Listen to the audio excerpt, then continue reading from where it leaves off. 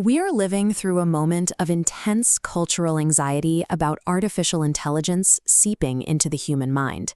In psychiatric wards, doctors are increasingly hearing the same theme: patients who believe they are being tracked, controlled, or even replaced by AI. The medical assumption is that these delusions are environmentally triggered, that a vulnerable person spends too much time with a chatbot or an algorithm until the technology warps their grip on reality. Then there is the case of Miss X. She is a young woman with a high-functioning odd ADHD profile who suffered a severe psychotic break. She arrived at the clinic convinced that an advanced AI system had been implanted into her neural pathways, rewriting her DNA to turn her into a mechanical host. But Miss X had never meaningfully used AI tools. There was no chatbot and no algorithm. The machine did not infect her from the outside. This elaborate, systematized delusion was generated entirely from within the vacuum of her own isolated mind. Her actual antagonist was progressive, unrecognized neurodivergent burnout. A traumatic incident at her high-pressure healthcare job had stripped away her rigid daily routines, pushing her nervous system past its limits until it shattered. If the technology didn't cause the delusion, her breaking mind had to invent this hyper-specific mechanical nightmare from scratch to explain her suffering. Mid-century phenomenological philosophy offers a map for this state. Thinkers like Maurice Merleau-Ponty argued that human self-awareness is fundamentally a bodily experience. We know ourselves first as physical bodies moving through the world, not just as abstract thoughts. In severe psychosis, that invisible connection between mind and body breaks down. Psychiatrists call this deanimation or corporealization. It is the harrowing experience of losing ownership over your own physical form.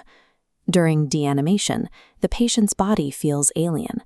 Instead of acting as a transparent vehicle for their intentions, the body feels like a strange mechanical object viewed from the outside, running on its own terrifying foreign logic. When the physical body feels this intensely alien, the mind panics and searches the cultural landscape for a story to explain the physical sensation. Linguistic theory suggests the brain uses cultural metaphors as containers for unexplainable inner states.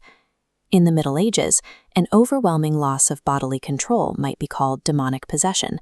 In the 20th century, patients reached for alien abduction to make sense of the same symptoms. This matrix maps clinical symptoms to AI delusions. Miss X's narrative translates physical psychiatric symptoms into modern technological vocabulary. Thought insertion, having thoughts that don't feel like your own, becomes implanted neural pathways.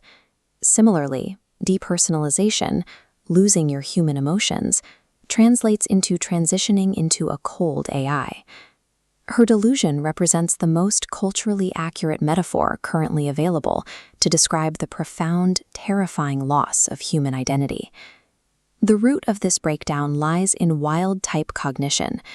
This framework suggests that high-masking odd ADHD brains are hypersensitive and rely heavily on strict external routines to act as a supportive scaffold for their stability.